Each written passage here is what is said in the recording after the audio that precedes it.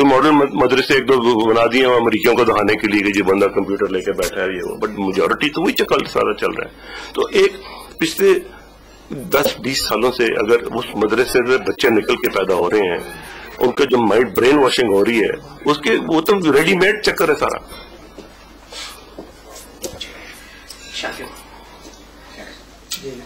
شاکر Qureshi free lance columnist ہوں, executive body کا ممبر ہوں, پاکستان کے ایک اخبار کا ایڈیٹر ہوں. یہاں بہت شکریہ پی جے صاحب کا کہ وہ آپ کو لے کے آئے ادھر. سب سے پہلے آپ کا نام بڑا خوبصورت ہے, عزت مجید.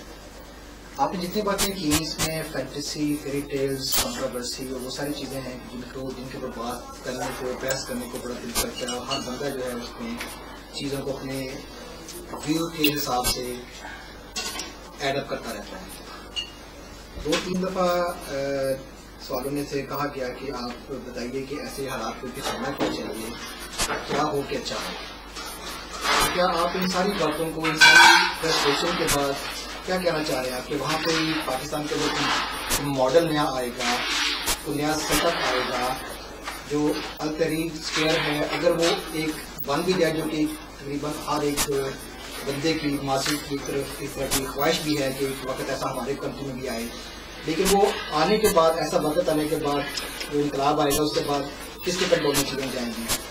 آپ کیا کہنا چاہتے ہیں کہ آرمی دوبارہ آ جائے, مارشل آرٹ دوبارہ آ جائے, کوئی ٹیکنوکریٹ ماڈل کے سامنے آ جائے, کوئی گروپ سامنے نیا, کوئی لیڈر کے سامنے آئے, کوئی ایسی کوئی چیز بتائیں نا کہ اگر نواز شریف صاحب سے بھی آپ خوش نہیں ہیں, عمران خان کا کیلیبر بھی ایسا اچھا نہیں ہے, ہمارے پاس پریشر گروپس نہیں ہیں, تھنک ٹینکس ہمارے بالکل خلاف ہیں, لاہور کے اندر کچھ نہیں ہو رہا, بلوچستان کے اندر کچھ نہیں ہو رہا, بیلٹیں ہماری اس وقت جو امریکہ دے رہا ہے ہر مہینے, ایجوکیشن ہماری صرف 1% ہو رہی ہے, یہ ساری باتیں جو آپ نے کر دی.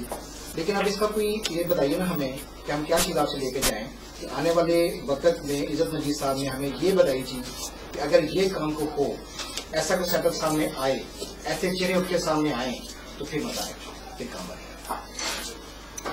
دیکھیں جی, اس کا جواب دینا بڑا آسان ہے, لیکن وہ جواب جو ہے بالکل ایک بے معنی سا جواب ہوگا.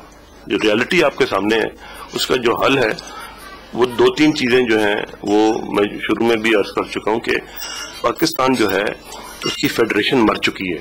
اگر جب تک آپ یہ بات نہیں قبول کریں گے یہ کہیں نہیں جاتا ملک. اور یہ فوج اب اپنی بربریت جو بلوچستان میں کرتی رہی ہے ہر دہائی میں, اور یہ وہ نہیں کر سکتی اب. سو آپ کو ایک لوز فیڈریشن بنانی پڑے گی. آپ کو بلوچستان اور سندھ اور پختون ان کو وہ آزادی, وہ آٹونمی ملے گی جو کہ ایک فیڈریشن میں ہونی چاہیے. میں تو یہاں تک سوچتا ہوں کہ شاید یہ کنفیڈرل ارینجمنٹ بھی ہو سکتا ہے. جب تک آپ وہ نہیں سالو کریں گے نا اور کچھ نہیں ہو سکتا. اب وہ زمانہ آ گیا ہے کہ آپ اکیلے بیٹھ کے اسلام آباد میں ان نیشنلٹیز پہ آپ حکومت نہیں کر سکتے. تو آپ کیا کہنا چاہ رہے ہیں کہ ان کو آپ انڈائٹ دینا چاہ رہے ہیں, ایک الگ مملکت کی کیا کہنا چاہ رہے ہیں؟ نہیں, ان کو آپ آٹونمی دیں جو ان کو ڈیو ہے, جو بیسکلی جو انڈیا میں ہے. فار ایگزامپل انڈیا میں فیڈریشن ہے, نہیں ملی ہوئی. اس میں ڈیمانڈس ہیں کہ اس کو بہتر کیا جائے, اور اسی اکانومی کے انٹرسٹ کی وجہ سے تو, اور جو صوبے جو بنے کے تیار کھڑے ہیں کہ اگر ٹھیک ہے وہ انجوائے کر رہے ہیں تو ہمیں بھی یہ چیز ملنی چاہیے, وہی اکانومی جو اس وقت ملی ہوئی ہے. اگر وہ نہ ملی ہوتی تو مزید اور ڈیمانڈ نہ ہوتی. اس میں بہتری تو ہو سکتی ہے, لیکن چلے آپ کی یہ بات مان لی کہ ہم نے ان کو اٹانومی دے دی, مکمل اٹانومی دے دی, لیکن ان کو رول کون کرے گا؟ پھر آنے والے لوگ تو پھر دیں گے. میں آپ سے یہ پوچھ رہا ہوں کہ ماڈل کیا پیش کرنا چاہ رہے ہیں, آپ دینا کیا چاہ رہے ہیں کہ آنے والے وقت کو عمران کون ہوں گے, کون ان کو لے کے چلیں گے, ایسا پلان کون لے کے یہ تو نوجوان جو ہے وہ بالکل اس وقت بیچارہ فرسٹریٹڈ, آپ خود کا کے اشارہ کی سہ میں پڑے ہوئے ہیں. ٹھیک ہے نا جی, آپ کی آرمی کا مہینے کا بجٹ امریکہ دے رہا ہے, ٹھیک ہے. میں آپ کا مشکل آسان کرتا ہوں کہ ایسا ہو سکتا ہے کہ ہم باہر سے آنے والے ہر فرنگی کا راستہ روک دیں, اس کی آمد پاکستان کے ایئرپورٹ پہ روک دیں, ہم امداد دینا بند کر دیں, ہم اپنے ریسورسز کو پیداوار پوری کر کے, اپنے انکم ٹیکس کا سسٹم کو ٹھیک کر کے, ہماری جو کرپشن ہے ریسورسز کو چوری کرنے کی اس کو ٹھیک کر کے ہم اپنی ضروریات کو پورا کرنا شروع کر دیں, اور کسی کو اجازت نہ دیں ایک کرپٹ حکمرانوں کو مزید کرپٹ کر کے ہمارے معاملات کو خراب کریں. نہیں, ہم جب آپ کہتے ہیں تو کیا مطلب ہے آپ کا؟ ہم سے کون, وہ ہم کون ہیں؟ ہم جو سیٹ اپ بنے آنے والا, جو بھی ایک ماڈل بنے,